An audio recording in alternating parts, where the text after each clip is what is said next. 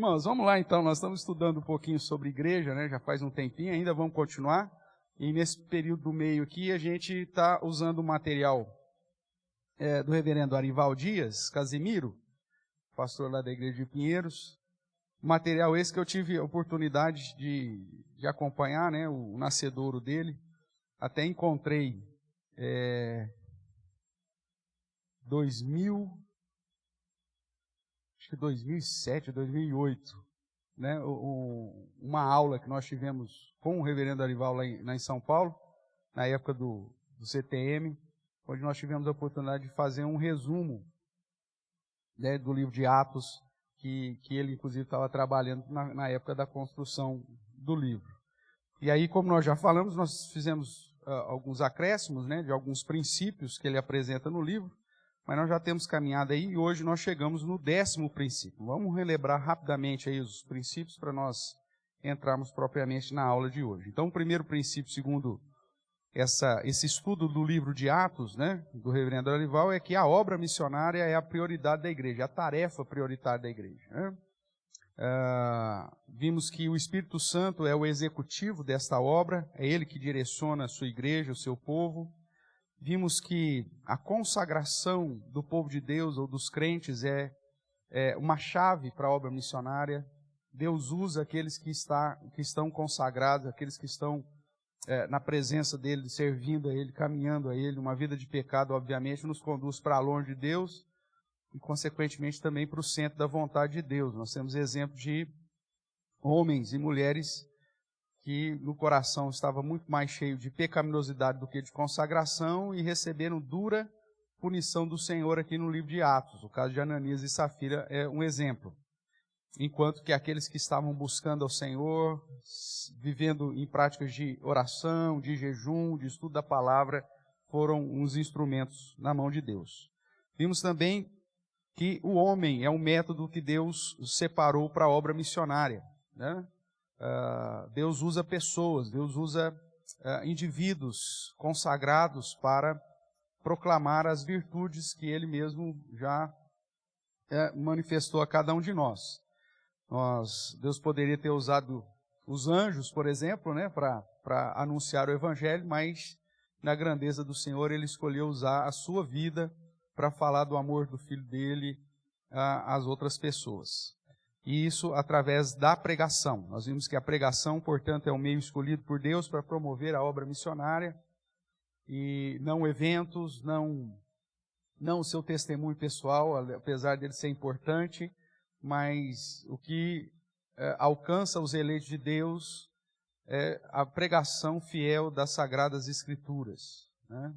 Através de uma pregação bíblica, não alegórica, não cheio de historinhas, não cheio de anedotas, mas a fidelidade das Escrituras é o meio que Deus escolheu para alcançar os seus eleitos. Vimos também, no 6º princípio, que a igreja local é a base para a plantação de igrejas, né? Lá em Atos capítulo 13, nós temos o exemplo da igreja de Antioquia, que se transformou num centro missionário da época, justamente porque tinha essa visão de consagração, de dependência do Espírito Santo, de um colegiado de pastores ali, de pastores e professores, né, mestres e profetas, onde o foco da igreja estava no ministério da palavra.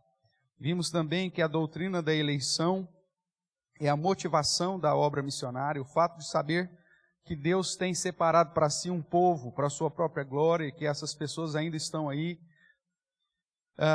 prontas a ouvir o Evangelho e serem alcançados pela graça irresistível de Deus, é a maior motivação, e a motivação que devemos colocar em prática para alcançá-los, né? Sabemos que, obviamente, a glória de Deus está acima de todas as coisas, mas a nossa motivação em saber que Deus separou para si, desde antes da fundação do mundo, um povo para a sua própria glória, e que essas pessoas precisam ser alcançadas pelo Evangelho, deve nos conduzir a pregar, mesmo porque o eleito não vem com escrito na testa, né? Nós temos que descobrir, nós temos que ir atrás, nós temos que pregar a toda criatura, e o fato de saber que existem eleitos aí deve nos conduzir a essa prática da pregação. Vimos também que missões acontecem em tribulações.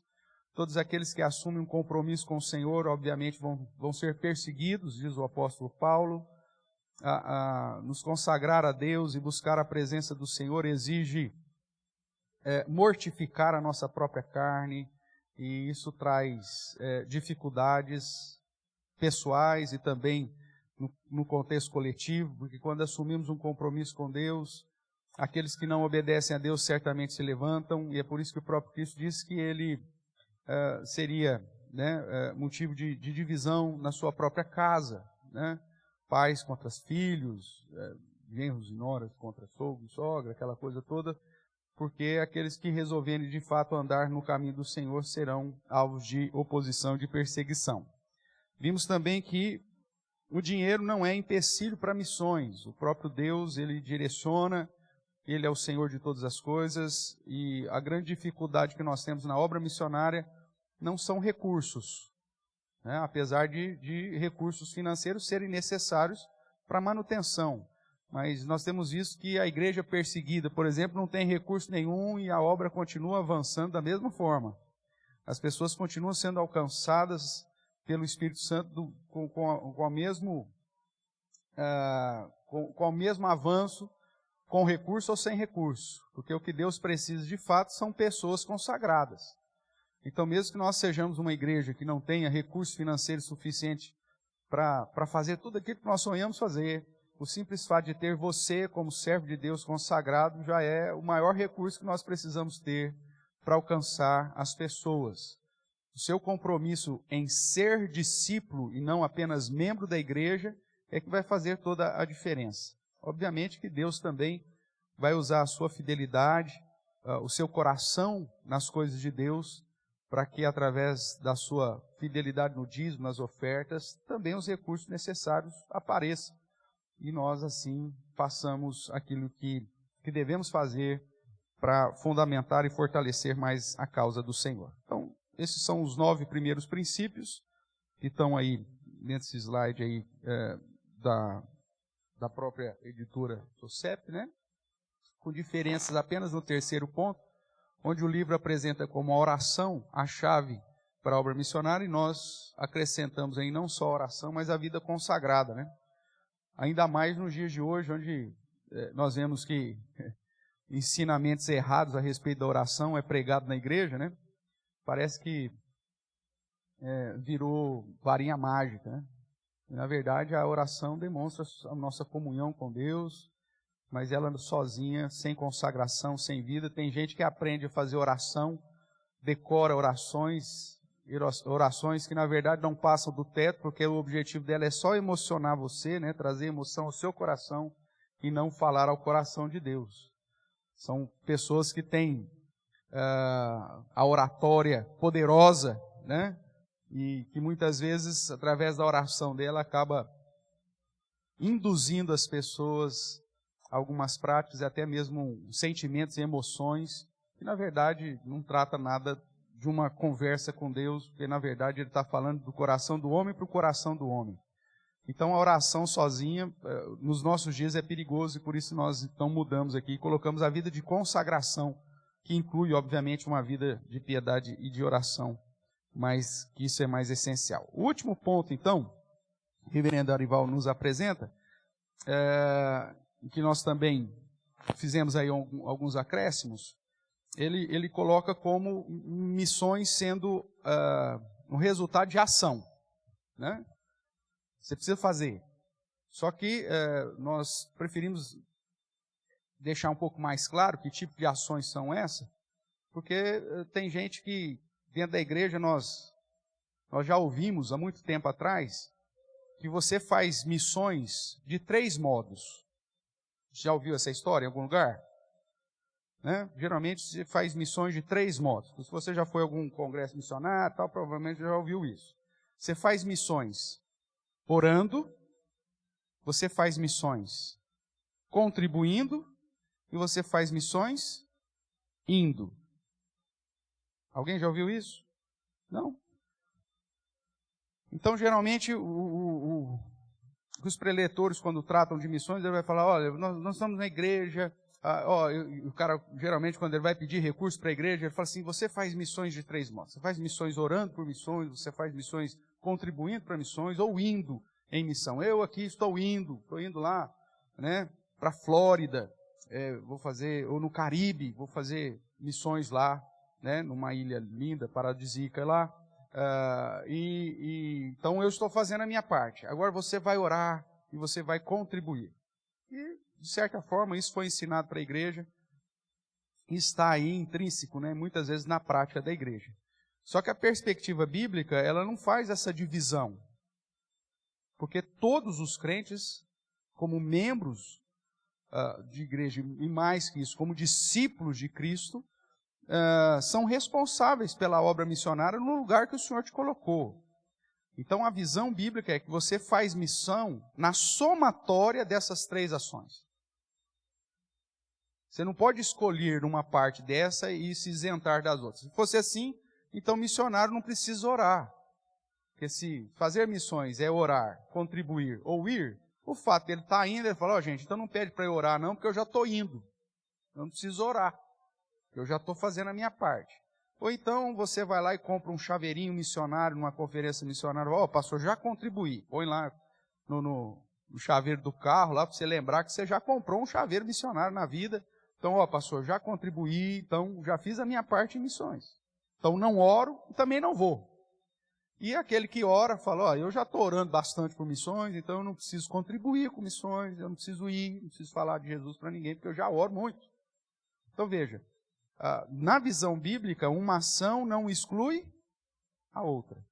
Nós fazemos missão nos consagrando a Deus, vida de oração, orando por missões, orando pelos missionários, orando pelas igrejas, orando pelos pastores, orando pelos campos, orando para que Deus levante mais trabalhadores, ótimo. Mas também, em somatória, contribuindo com a causa da igreja local, contribuindo com o avanço do plantio de novas igrejas, e da atividade missionária, na manutenção de obreiros e por aí vai. Mas também indo, mesmo que o seu ir seja no quarto do seu filho, mesmo que o seu ir seja na casa do vizinho, mesmo que o seu ir seja na casa da sua família, mesmo que o seu ir seja um evento familiar onde você vai ter a oportunidade de encontrar aquela primaiada que já faz uns 20 anos que você não vê, e que você vai ter a oportunidade de demonstrar a sua fidelidade a Deus e pregar o Evangelho. Ou seja, o fato de você orar por missões e contribuir com missões não isenta a sua responsabilidade em ir, pregar o Evangelho, mesmo que seja dentro da sua própria casa, dentro do seu contexto de quarteirão, dentro do seu contexto de bairro, dentro do seu contexto de cidade, dentro do seu contexto familiar. A perspectiva bíblica, então, é que missão são ações, mas ações conjuntas, interdependentes e não independentes entre si. São ações intencionais e ações planejadas. Irmãos, tudo na vida você precisa de planejamento, e a obra do Senhor também. Quando um outro erro dentro da prática cristã, que é a exclusão do planejamento como algo essencial para servir a Deus. Nós pegamos aquele ensinamento de Jesus, eu convido você para esse primeiro texto aí, para a gente ir tratando algumas questões aqui, né? Mateus, no sermão da montanha, quando ele trata da ansiedade, ou da ansiosidade pela vida, no capítulo 6,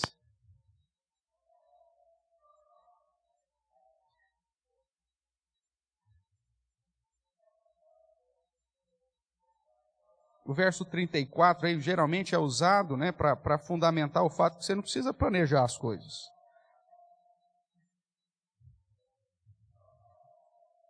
Ele diz assim: portanto, não vos inquieteis com o dia de amanhã, pois o amanhã trará os seus cuidados. Basta ao dia o seu próprio mal.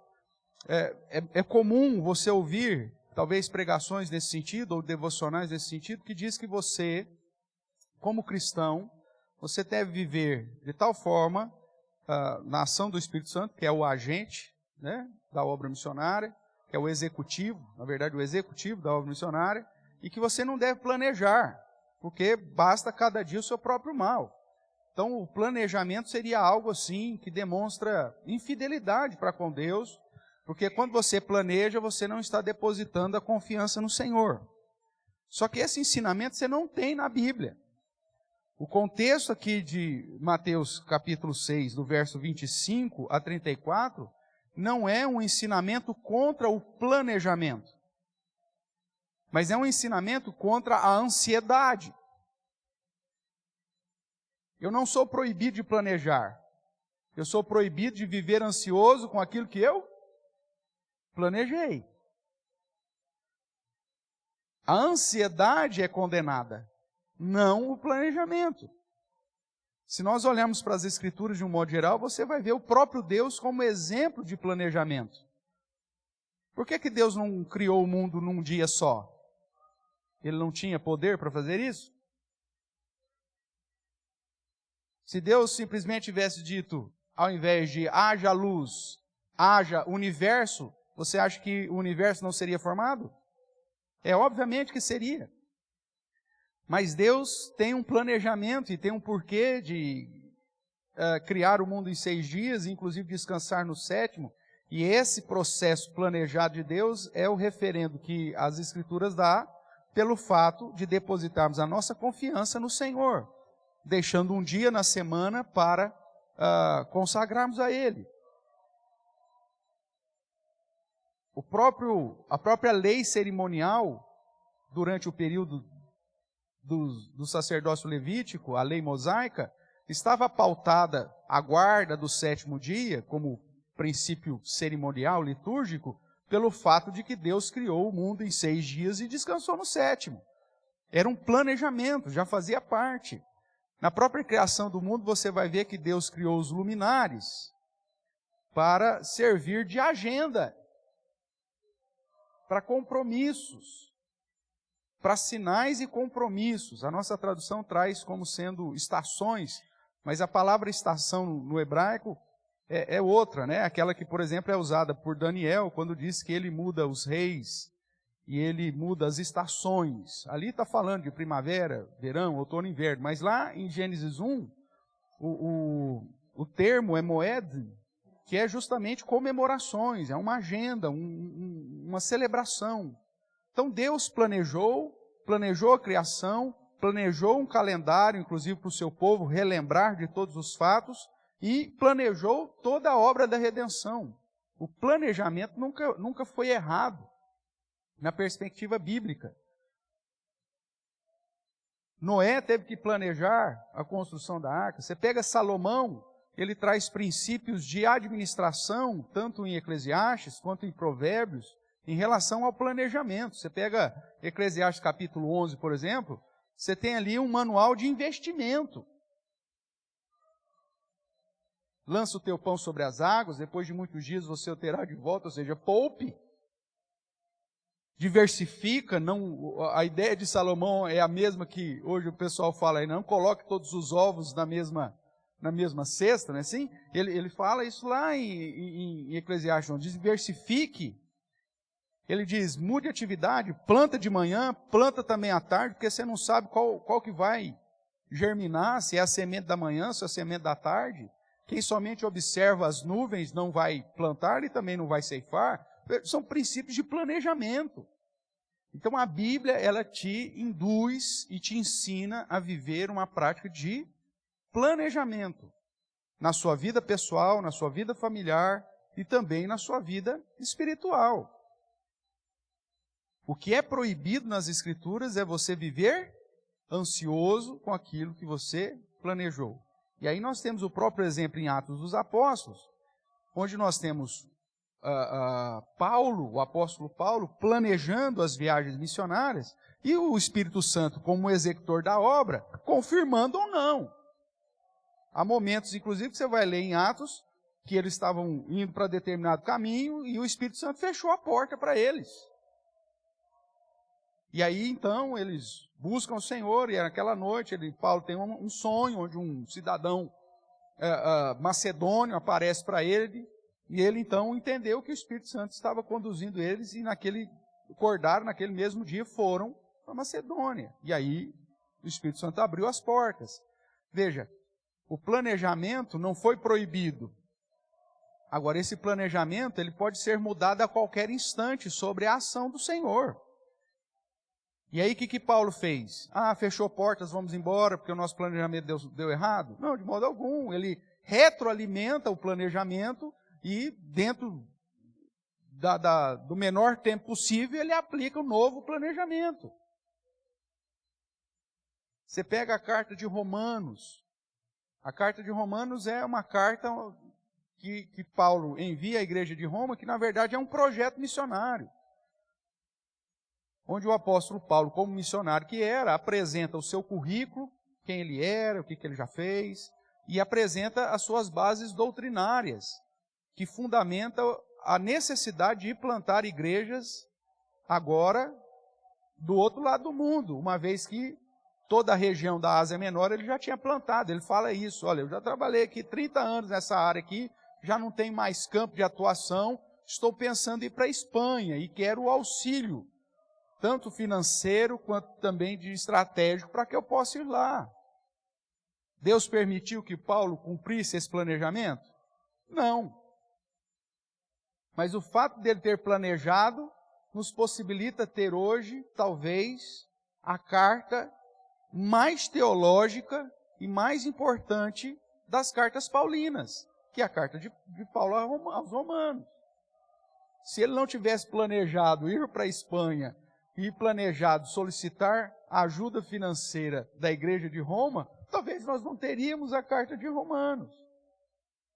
Isso foi fruto do planejamento de Paulo.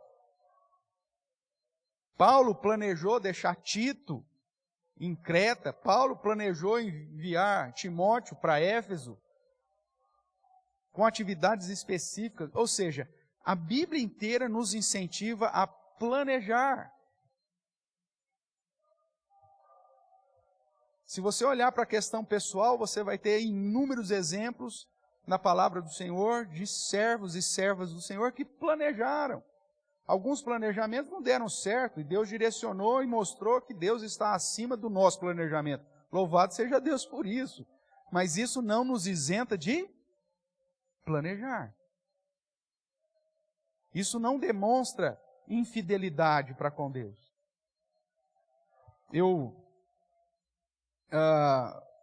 Quando novo pastor, né, chegando, novo, recém-formado, na igreja presbiteriana de Matão, na qual nós passamos lá 10 anos antes de ir para o campo missionário, eu tinha o costume de fazer um planejamento anual de pregações. Né? Ainda tenho, mas lá o diferencial é que eu disponibilizava para a igreja o meu planejamento de sermões. Então, se você, no mês de janeiro, quisesse saber o que eu ia pregar no segundo domingo de outubro, já estava lá o texto bíblico que eu ia pregar naquele segundo domingo de outubro, e até o final do ano, planejado. E um certo dia, um irmão chegou e falou assim para mim: pastor, eu vou deixar essa igreja aqui, porque essa igreja aqui é muito comandada só por homens. Meu irmão, por quê? Até a pregação que o senhor já vai fazer, o senhor já coloca o texto para a gente em novembro, que o senhor vai pregar no outro ano. Eu quero ir numa igreja que o Espírito Santo tenha mais liberdade. Aí eu cheguei para ele e falei assim: qual que é a diferença do Espírito Santo me iluminar em novembro para eu definir o texto que eu vou pregar em dezembro do outro ano? Qual que é a dificuldade que o Espírito Santo tem de me iluminar quando eu já faço a divisão dos sermões um ano antes? O Espírito Santo é limitado a atuar na minha vida? No meu planejamento? Só porque eu já escolhi o texto que eu vou pregar lá em dezembro do outro ano? De modo algum. O mesmo Espírito Santo que me ilumina a definir o texto que eu vou pregar um ano antes, é o mesmo Espírito Santo que me ilumina depois na preparação desse sermão, naquela semana. E aí eu falei: aguenta mais um pouco aí. E aí passou alguns alguns meses, ele ainda permaneceu lá, e aconteceu uma situação extremamente fantástica.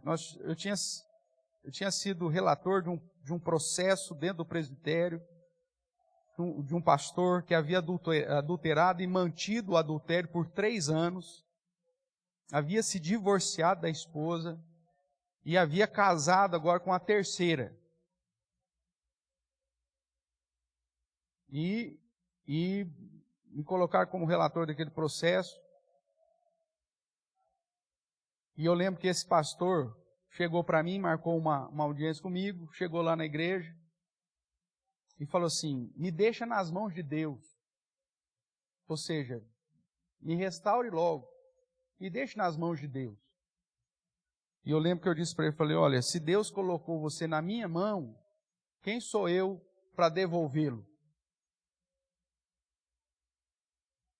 Seria um abuso da minha parte chegar para Deus e falar: ó, Senhor, existe uma igreja, existe um mecanismo, existe uma disciplina eclesiástica, mas eu, Senhor, vou ser mais misericordioso do que tu, então não vou fazer nada e vou deixar esse cara na sua. Você já está nas mãos de Deus, você pode ficar tranquilo.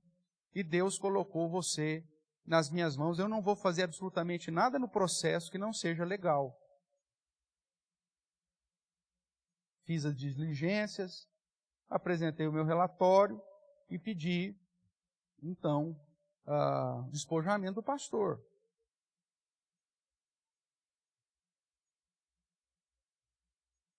Passou alguns meses, teve uma reunião do Tribunal do Presbitério, a reunião, desses processos, e esse pastor, então, a reunião acho que foi em Jabuticabal, ou Guariba, eu fui, prestei parte do meu relatório, e aí, no final, ele era o réu, eu era o relator, mas isso não impedia de eu amá-lo em Cristo e de ter comunhão com ele.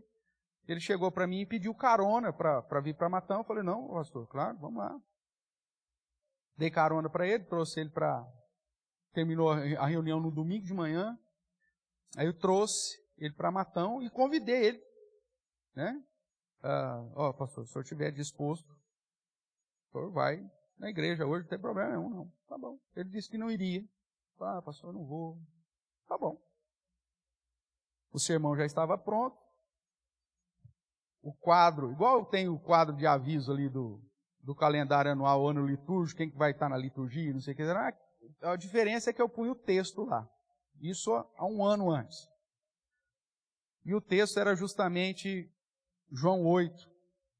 O caso, o parêntese lá do texto que falava da mulher adúltera. E aí o pastor resolveu aparecer no culto à noite. E eu já tinha programado aquele sermão há 1 ano atrás.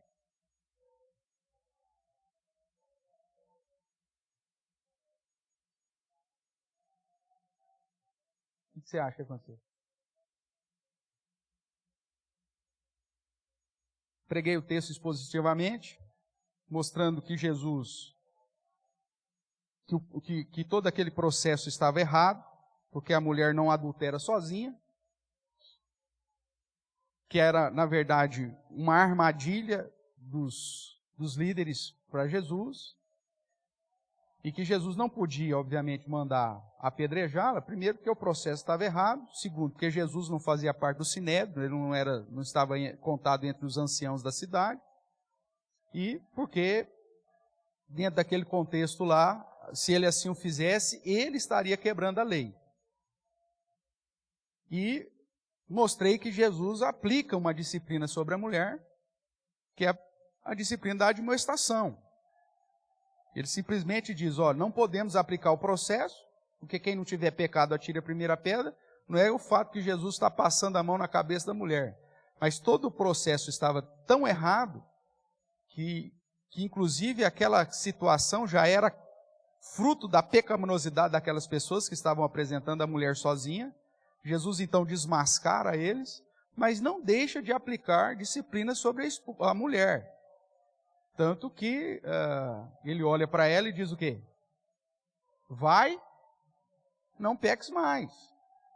A disciplina, dentro daquilo que era possível ser aplicado, foi aplicado. E aí preguei isso lá. expositivamente, mostrando por A mais B os textos bíblicos que comprovavam. E o pastor adúltero de 3 anos, casado já com uma terceira, presente no culto. Ele, ao invés de se arrepender, ele ficou furioso. Porque na cabeça dele eu tinha trazido um sermão encomendado. Só que para a igreja foi algo assim fantástico. De ver a ação do próprio Espírito Santo de Deus atuando sobre a vida do pastor deles 1 ano antes, para definir o texto que ia pregar, justamente no domingo, que eu não sabia que ia ser esse domingo, que o presbitério ia convocar o tribunal e que o cara estaria lá para ouvir justamente aquela mensagem. Deus continua soberano sobre o nosso planejamento, irmãos. Agora, o que nós não podemos deixar é de sermos zelosos com a obra do Senhor. Nesse sentido, nós temos indicativos bíblicos que aquele que faz as coisas de modo desmanzelado, sem zelo, esses sim são culpados na presença do Senhor. A palavra de Deus incentiva a fazermos as coisas do Senhor bem feitas, da maneira correta, com planejamento. O próprio Senhor Jesus, dentro do seu contexto de soberania, como homem-deus, ou Deus-homem que era, não deixa de aplicar o planejamento no seu ministério terreno. Até planejamento sobrenatural, né? Pedro, vai lá, pega um peixe lá, você abre o peixe, tem uma moeda para eu pagar o meu tributo. Ué, nós estamos tratando de Jesus soberano. Mas teve que planejar uma pescaria. O peixe não pulou do rio, caiu no colo dele e vomitou uma moeda. Teve que pescar. Teve que ter um planejamento para isso. Teve que estar passando pelo Mar Galileia. Ou seja, são várias situações, irmãos, que apontam para o fato de que o nosso Deus é um Deus organizado. É um Deus que planeja. Ele planejou a sua salvação. Ele planejou o momento de te alcançar com a sua graça.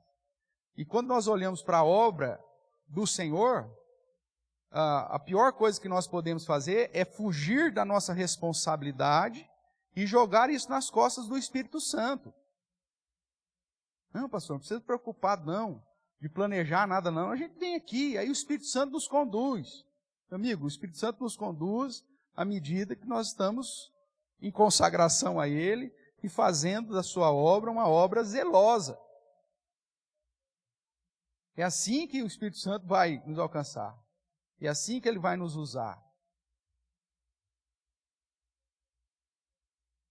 O Espírito Santo ele não vai te lembrar daquele texto que você nunca leu.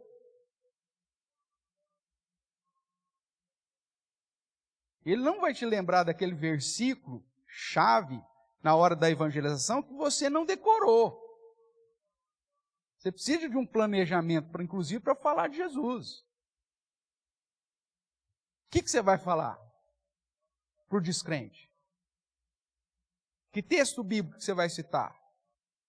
Que versículo que você vai apresentar? Que passagem que você vai ler?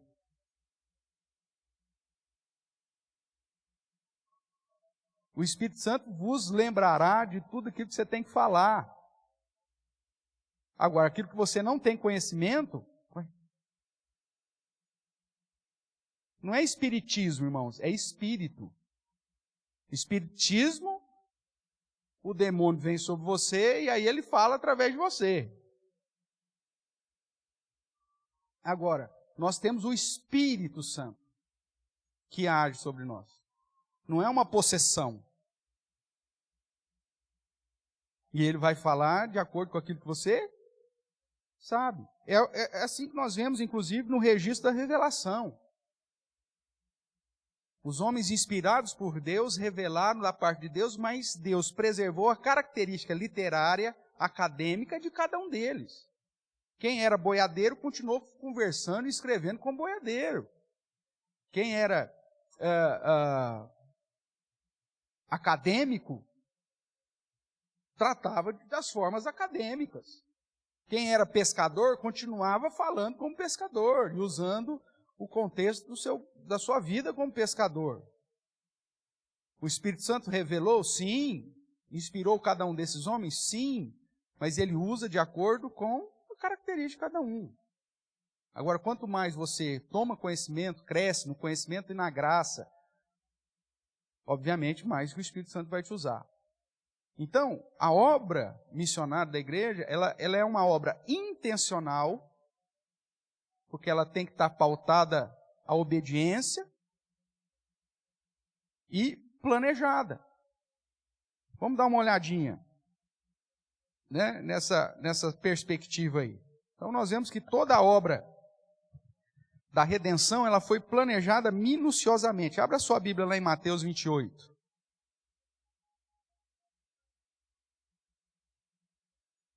Nós temos aqui a chamada Grande Comissão, e nós vemos que a Grande Comissão nada mais é do que uma convocação para agirmos de modo intencional e planejado. Vamos ler aí Mateus capítulo 28.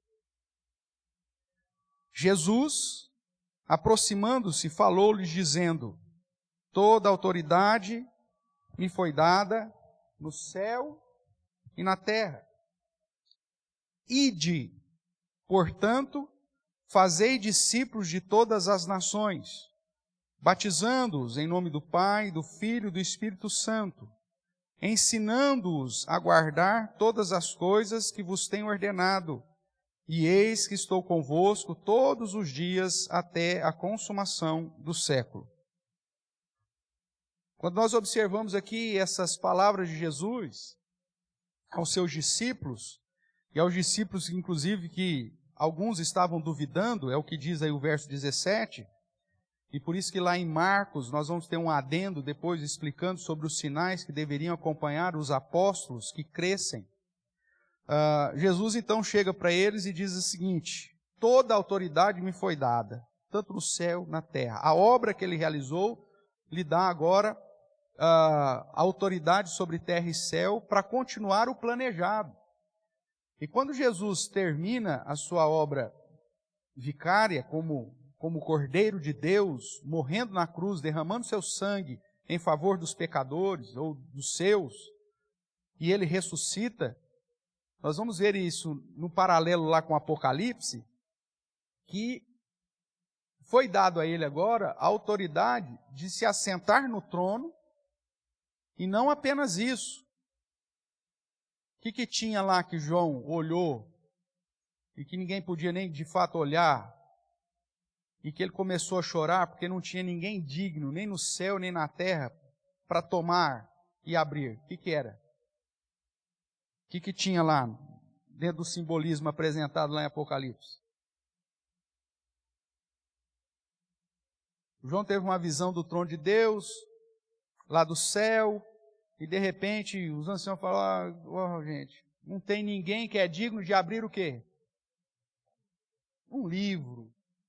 Um livro o quê? Selado. Com quantos selos? Com 7 selos. E aí ele olha, não tem ninguém para abrir o livro. E aí ele chora, fala: estamos perdidos. Não tem ninguém mais para abrir o livro, acabou. Quando de repente, então, dos anciãos tocam, ele fala: cara, não chora não. Não chora não, eis que o leão da tribo de Judá venceu. E ele sim tem todo o poder, ele tem toda a autoridade no céu e na terra. E aí João olha e ele vê um leão. O que ele vê?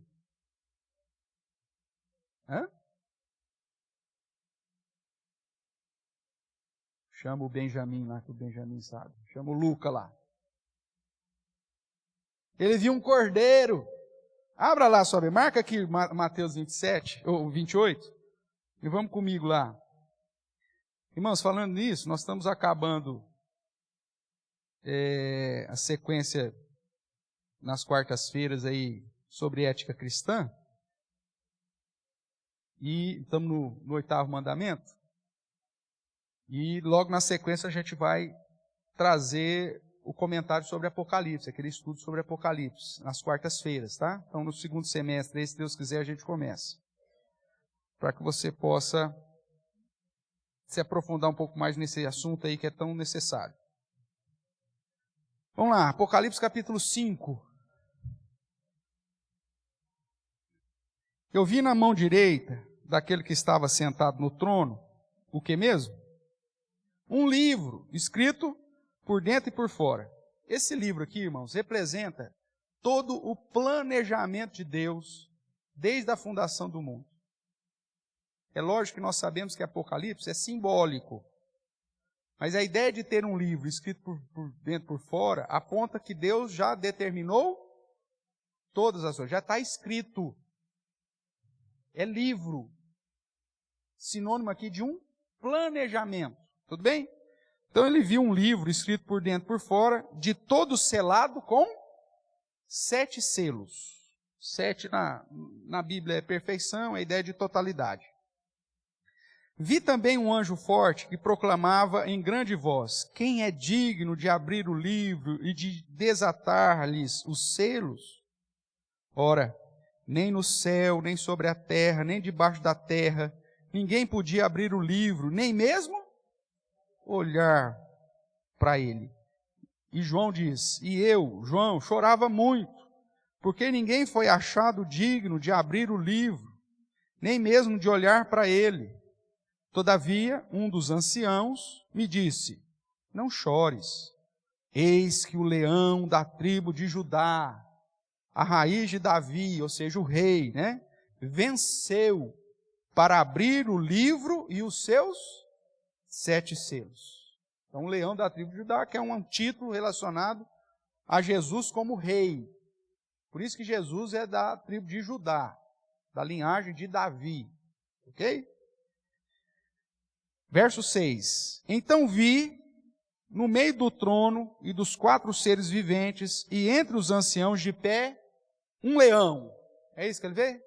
Não, ele vê um cordeiro. Um cordeiro como tendo sido morto.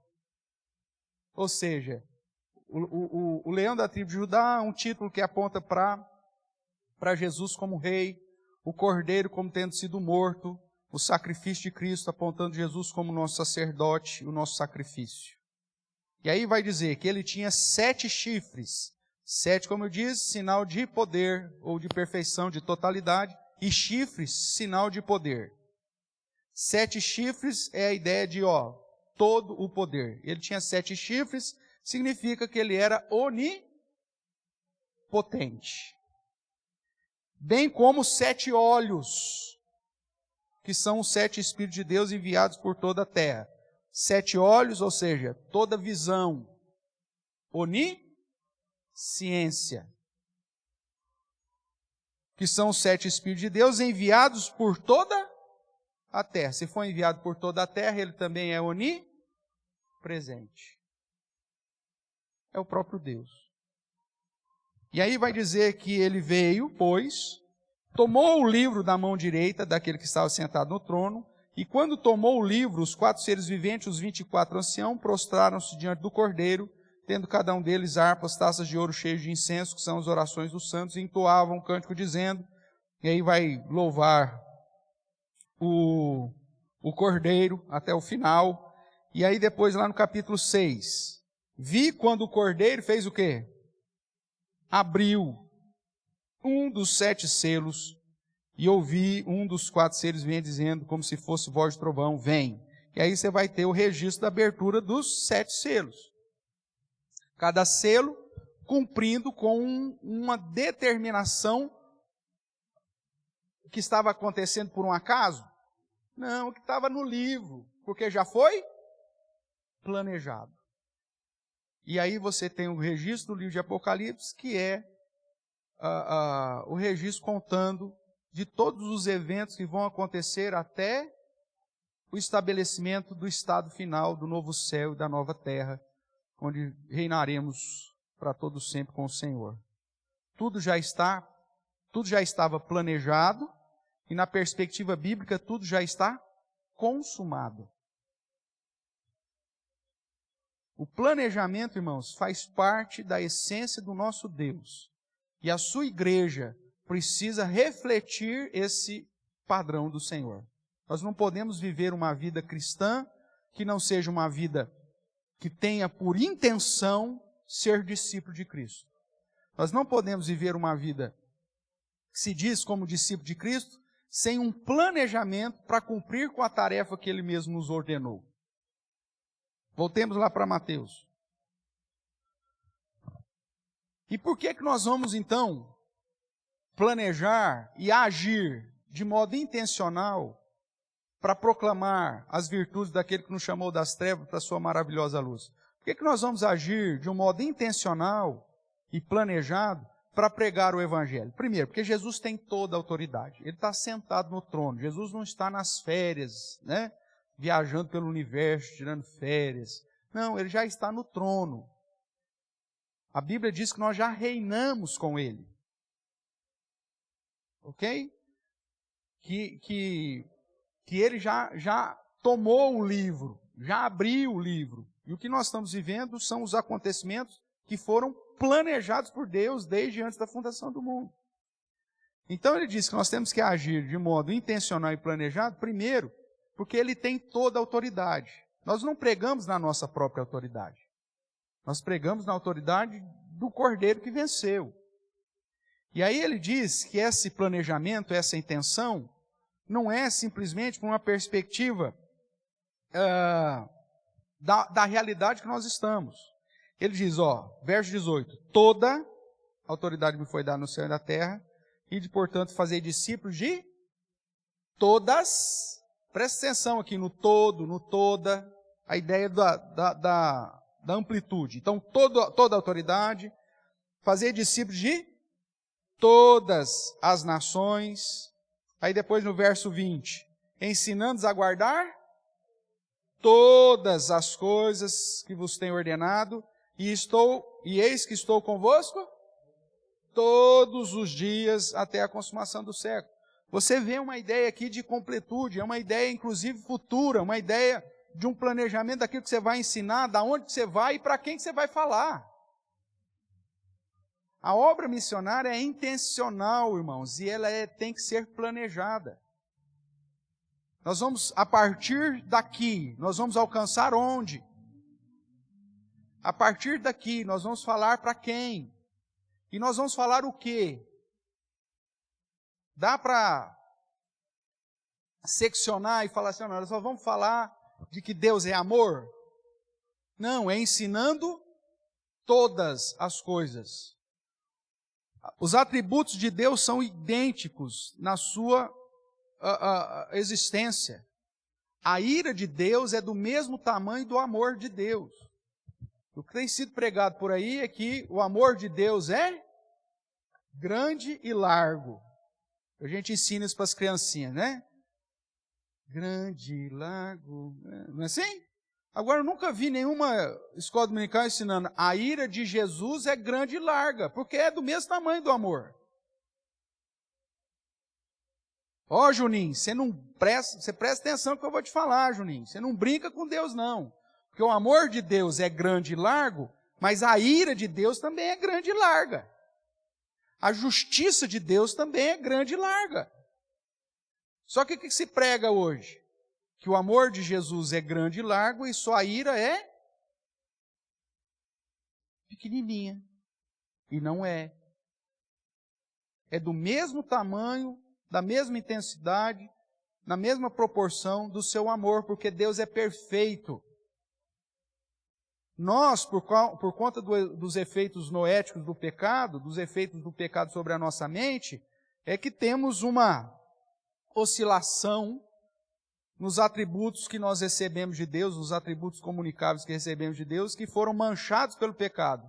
E por isso o nosso amor, ele faz acepção de pessoas, por isso a nossa justiça não é plena, a nossa misericórdia é segundo o benefício que nós mesmos vamos ter. Agora, Deus não. Deus é perfeito. Então, nós vemos que dentro dessa perfeição de Deus, nós temos que ensinar, inclusive, a guardar somente algumas coisas?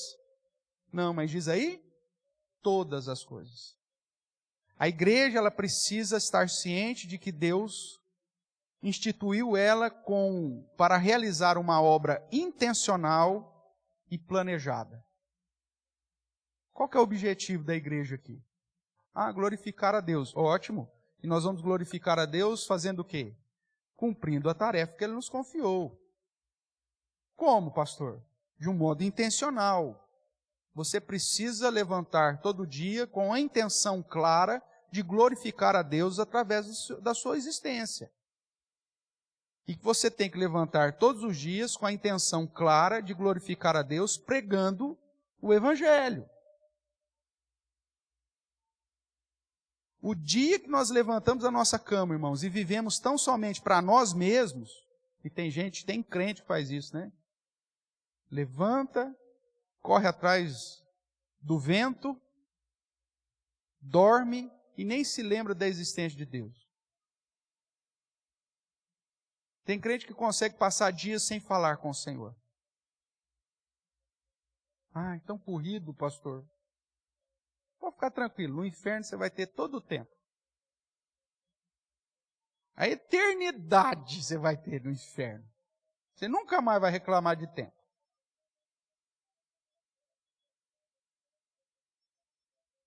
Nós precisamos ter a noção exata que Deus, de um modo intencional, enviou o seu Filho para morrer pela sua vida e pela minha vida, para pagar um alto preço, para nos resgatar do império das trevas, para nos transportar para o seu reino de luz e para nos enviar como embaixadores de Cristo, reis e sacerdotes, para reinar com Ele e apresentar ao mundo aquilo que Ele fez. Se você acorda todo dia, todas as manhãs, e não tem a intenção de glorificar o Senhor teu Deus, que te salvou, através de uma vida que glorifique o seu santo nome, com testemunho fiel em todas as áreas, e com a intenção clara de anunciar e de pregar, de fazer discípulos, meu amigo, você não entendeu nada.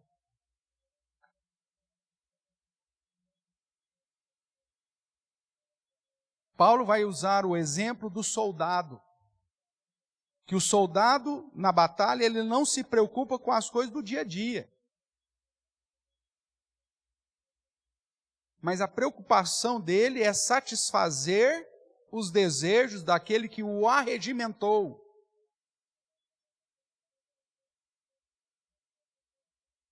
Nós não estamos aqui para construir um império paralelo ao de Cristo. Nós estamos aqui para, como embaixadores desse reino eterno de Cristo, anunciá-lo às pessoas de modo intencional.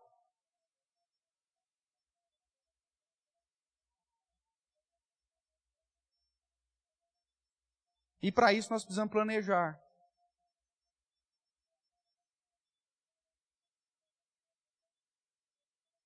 Eu vou planejar o meu próximo feriado. Ótimo, pode planejar o seu próximo feriado. Mas se Deus não estiver contigo nesse feriado, você vai estar perdendo tempo. Eu vou planejar o meu próximo feriado com a minha família, com os meus filhos, onde eu vou, de modo informal, ensiná-los a respeito do meu amor, do meu temor a Deus. Você não precisa nem fazer um culto específico lá nesse dia. Mas de modo informal, irmãos. Do modo como você vai, do modo como você trata as pessoas, do modo como você lida, a oportunidade que você vai ter para mencionar o amor de Deus para as pessoas. É intencional. O seu filho vai estar ali, ligadão, para ver como que você trata a moça do caixa, do supermercado, como que você fala com o frentista, como que você lida com as pessoas. Muitas vezes nós não falamos de Jesus para as pessoas porque nós nos sentimos superiores a elas.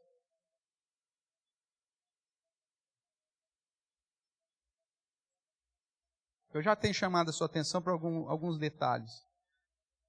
Nós temos a tendência de falar de Jesus para pessoas que têm, de certa forma, um mínimo de proximidade com a gente. Apesar que tem gente que prefere falar de Jesus para quem não conhece, porque se a pessoa conhecesse ele de fato, não o ouviria não o ouviria a respeito de Cristo, que é um tranqueiro miserável, né? É os evangelistas do além de Jerusalém. Deus nos deu poder para anunciarmos a Ele em Jerusalém, Judeia, Samaria, até os confins. Mas tem crente que é tão ruim de serviço que ele não serve para ser missionário em Jerusalém. Ele tem que ser mandado para os confins. Porque aí ninguém conhece ele, aí pode ser que alguém resolva ouvi-lo. A mentira que ele tem para contar. Porque se fosse a vida dele com Cristo, ele não precisava estar longe para falar de Jesus. Reverendo Ronaldo Lidório, né, um dos missionários que é a PMT, eu tive a oportunidade de trabalhar com ele algum tempo e conversar. Em um dos livros dele, ele fala assim: você não será bênção longe se não for bênção perto. Tem pessoas que querem ser missionários transculturais. Eu quero ir para tal lugar. O que você faz na sua igreja local? Nada. Então você vai ser uma desgraça lá fora. Você vai ser um chupim da oferta missionária. Porque se você não é missionário aqui, você não vai ser missionário em lugar nenhum. E para isso acontecer, você tem que planejar a sua vida.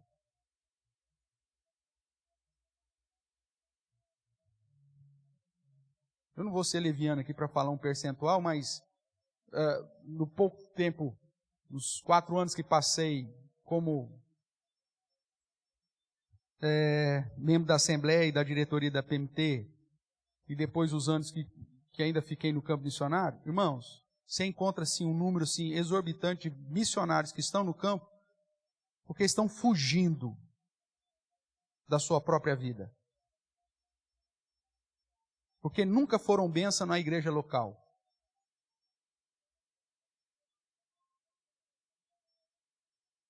É absurdo o número de pessoas que se sentem chamadas para o campo missionário para fugir de uma realidade complicada de família, complicada de divórcio, complicada, seja lá de uma série de situações no âmbito local.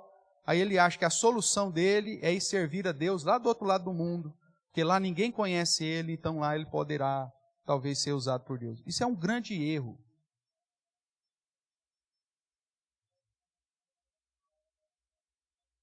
A minha intenção de ir para determinado lugar tem que estar pautado num planejamento de glorificar ao Senhor, desde que eu saiba que eu já estou nesse processo de ser usado pelo Senhor. O que te faz pensar que o fato de sair aqui de Araraquara e ir lá, sei lá eu, para qualquer lugar, vai fazer com que você fale do amor de Deus para uma cultura que você nem conhece direito?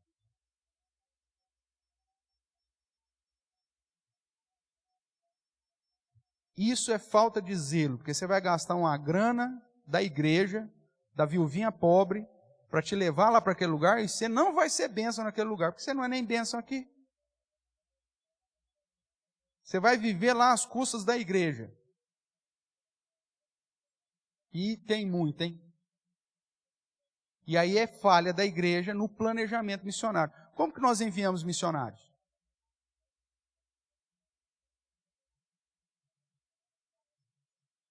Há 30 anos atrás, nós não tínhamos nenhuma estrutura decente de agência missionária. A gente enviava os missionários na fé. Chegava a pessoa lá, eu quero ir para Sibéria. Que bom. Pegava o dinheiro da igreja, dava para a mão do cara, pegava o passaporte dele e enviava para ele. Mas quem que é esse cara? Não sei, apareceu, Deus trouxe. Aí você enviava o cara lá para a Sibéria. Ou enviava o cara lá para a China. Você enviava o cara lá para a Escócia. Você enviava o cara lá para o Japão. Aí você vê o que o cara está fazendo lá em 20 anos. Ele está vivendo lá. Como se ele estivesse vivendo aqui. Mas qual que é o planejamento missionário dele? Não tem. Qual que era o projeto missionário dele? Não tem. Aí ele chegava lá nesse país, sozinho, acabava casando, criando família, e vivendo com o sustento nosso. Aí você fala, mas o que esse cara está fazendo lá? Eu estou vivendo. Só que em vez dele trabalhar lá para poder se sustentar, ele recebe o dinheiro da viuvinha pobre aqui e se mantém lá. Às vezes enviávamos moças solteiras para campos muçulmanos, casavam com muçulmano ainda para ajudar. Ou então até alguns que se diziam cristãos agora olhavam para missionário e só viam o cartão de crédito, né? Pô, mulher brasileira, solteira, com sustento, no meu país miserável, pô, é a chance que eu tenho para casar. E nós colocamos muitas pessoas nessa situação. Por quê? Faltava, e ainda falta, planejamento.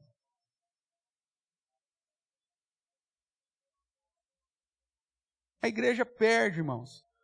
Ou então o que a gente faz? A gente pega o dinheiro suado da viuvinha pobre aqui e coloca tudo em assistência humanitária.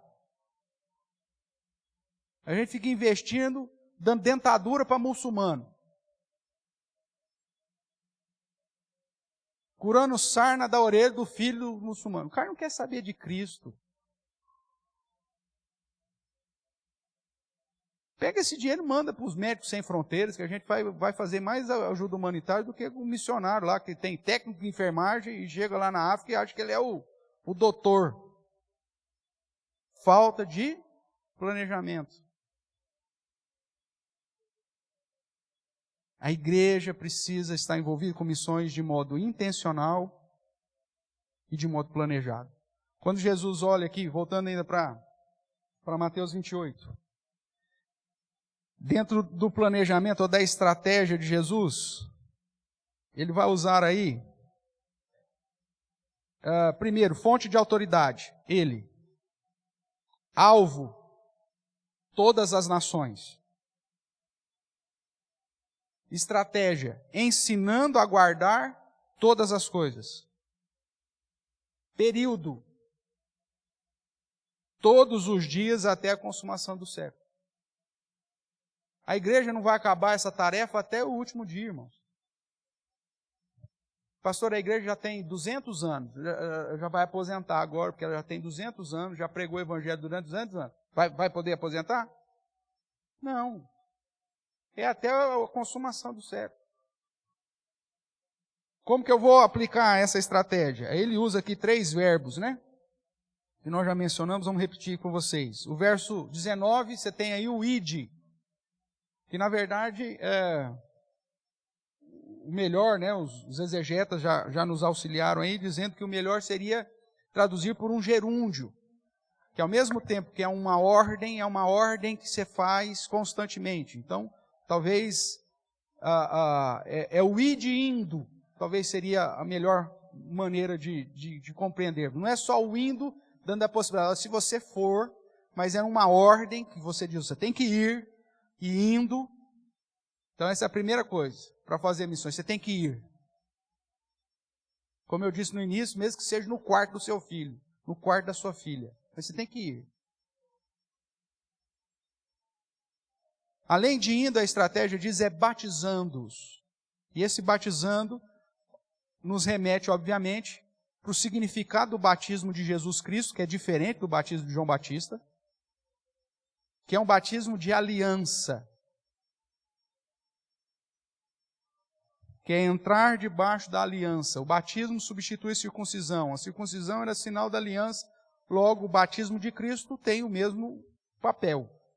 Diferente do de João. Se fosse o mesmo de João, Paulo não teria batizado aqueles 12 discípulos lá em Éfeso.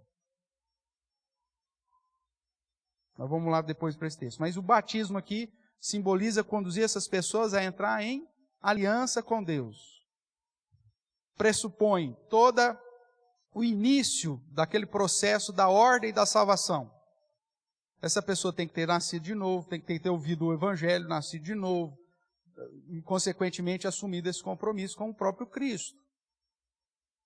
Então agregar a família, agregar a aliança, fazer com que as heranças e as promessas que Deus deu a Abraão sejam aplicadas sobre essa pessoa. E o batismo é um mecanismo para isso. Um dos grandes erros da igreja hoje é pensar que o batismo de Cristo não é essencial.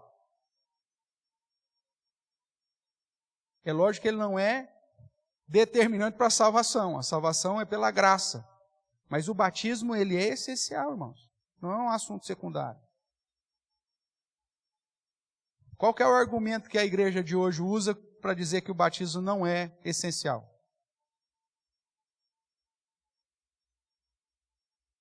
Vamos ver se você sabe. O batismo não salva. E qual que é o argumento que ele usa? Ladrão? Ladrão da cruz. Ladrão da cruz se converteu na cruz e Jesus diz, hoje mesmo estarás comigo no paraíso. Ele não foi batizado. Está vendo? O batismo é importante. Não é assim. Quem era o ladrão da cruz? Qual a etnia dele? Eles estavam na onde? Na Grécia. Jesus foi crucificado na Grécia? Não, Jesus foi crucificado onde? Jerusalém. Então esse preso político chamado de ladrão, ele era da onde? Ele era da Grécia? Ele era da Macedônia? Não, ele era de Jerusalém. Ele chama Jesus do quê? Mestre. Significa que ele era de que religião? Para reconhecer Jesus como um Rabone, um mestre. Ele era de Judá, então ele era judeu. Se ele é um homem, e a Bíblia diz que ele era um homem, dentro do contexto do Antigo Testamento, o que aconteceu com ele quando ele tinha 8 dias de vida? Provavelmente deve ter sido circuncidado. Então ele havia recebido o quê? O sinal da aliança. Ele precisava receber o batismo? Não, porque Jesus não tinha nem instituído o batismo ainda. Jesus estava na cruz, meu amigo. Ele só vai instituir o seu batismo depois da ressurreição. Agora, ide, batizando em nome do Pai, do Filho e do Espírito Santo. Quando Jesus fala isso, já era depois da ressurreição. Eu posso usar o argumento do ladrão da cruz para dizer que o batismo não é importante? Não. Muito pelo contrário. A salvação do ladrão na cruz fortalece a ideia do sinal da aliança. De que aquele homem, mesmo sendo um ladrão na perspectiva romana, um rebelde, um zelote, sei lá o que foi, ele estava inserido no contexto da aliança. Ele era das ovelhas perdidas de Israel, que Jesus veio buscar. E pronto. O batismo é tão importante que em Atos nós vamos ver, semana que vem, se Deus permitir, Pedro, inclusive, respondendo para os judeus que tinham vindo para a festa do Pentecostes, cada um de uma nacionalidade, mas que tinham ouvido os apóstolos falando nas suas próprias línguas, eles perguntam, o que nós faremos para sermos salvos? O que Pedro faz? Arrependei-vos para a remissão dos vossos pecados e sejais o quê? Batizados. Aquele que se diz discípulo de Cristo, ele precisa receber o batismo que Jesus instituiu. Que não é para a remissão de pecados, mas simboliza, inclusive a própria remissão, mas aponta para a aliança, um sinal da aliança com Deus, de que eu estou debaixo das promessas que Deus tem, inclusive para Abraão, agora repousa sobre mim, como o apóstolo Paulo vai dizer na carta aos Gálatas. Inclusive fazendo lá a transição da circuncisão para o próprio batismo. Então, batizando em nome do Pai, do Filho e do Espírito Santo, aponta que além de ir, você tem que conduzir as pessoas a entrar em comunhão com Deus. A serem discípulas de Jesus, receber o batismo que ele instituiu. E o terceiro ponto aí, além de ir ou indo, além de batizando, qual que é o terceiro gerúndio que nos é dado aí? Ensinando. Irmãos, para ensinar, você precisa de um planejamento.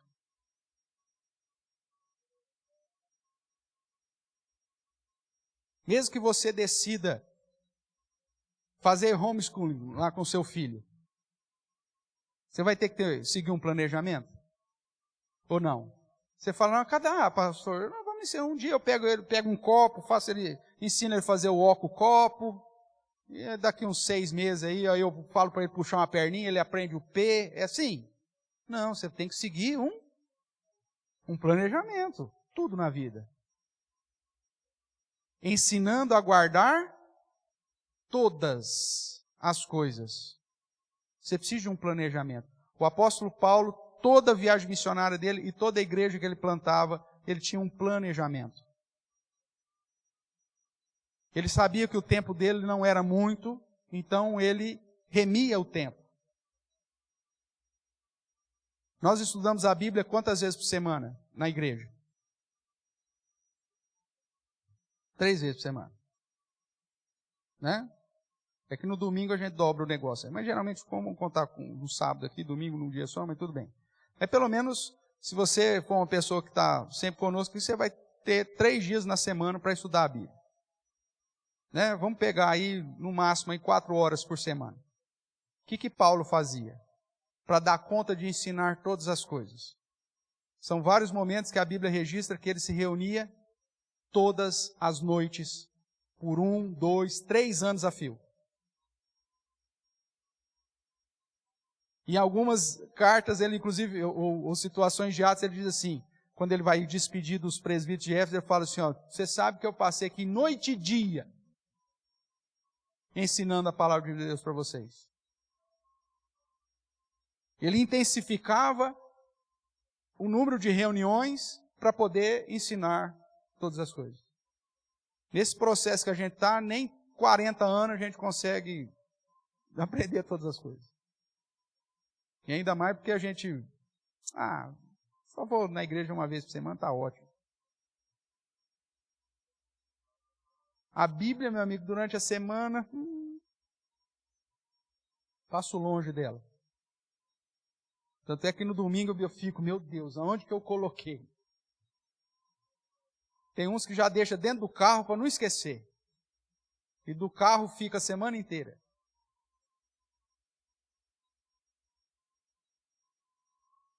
Para você ser um instrumento nas mãos de Deus, você tem que agir de modo intencional, em todos os lugares, com todas as pessoas, em todo o tempo, e ensinando todas as coisas. É assim que o Senhor nos chama a atenção para agirmos. Semana que vem, irmãos, aí a gente vai entrar em Atos. Eu separei aqui vários textos em Atos que nos apontam para estratégias, para ações intencionais e planejadas da igreja e dos apóstolos para cumprir com a missão que o Senhor nos designou.